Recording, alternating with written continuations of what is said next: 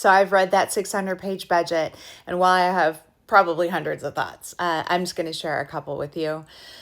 The first and maybe most glaring overarching thought is that this budget just wasn't built around the realities of what people are facing here in Western North Carolina day in and day out. So let's start with Hurricane Helene.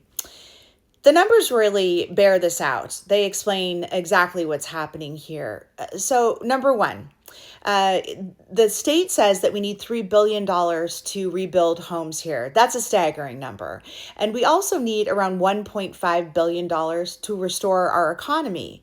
On top of that, around 3,600 families have applied for help to repair private roads and bridges where they are. And earlier this year, there was only enough funding to address about 10% of these applications. So this budget adds another $30 million, but I've spent tons of time in Backhaven, Girton, and Chimney Rock, in Fairview, and all over Western North Carolina. And I can tell you firsthand that this number isn't enough. Families are still waiting to rebuild their homes or to get to their homes. Small businesses are just hanging on. And also, they're really fighting to find the right amount of folks to actually work on these projects. So that's like part two of what's happening in recovery. So the North Carolina Department of Transportation continues to struggle with major staffing shortages while communities are waiting to get these roads and bridges repaired and, all kinds of infrastructure. And I feel like we really need to be rebuilding that workforce, not just accepting that these vacancies are going to continue on while Western North Carolina waits and waits. Then there's affordability. Outside of Helene, this is the thing I hear about the most from folks.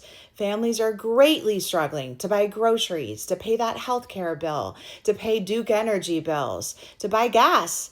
And there's no meaningful line item in this budget that truly addresses that. And I think that's a huge oversight. I mean, this is really what people fret day in and day out. It's a major disconnect to me. So finally, I would say that I was surprised by, the way that they're not addressing public education and certainly not paying teachers properly.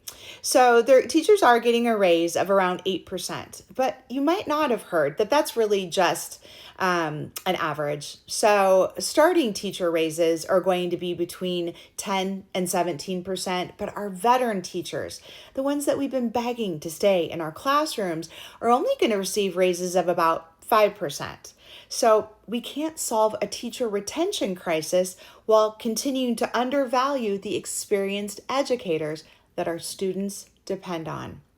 To me, a budget should really reflect the realities that people are dealing with every single day.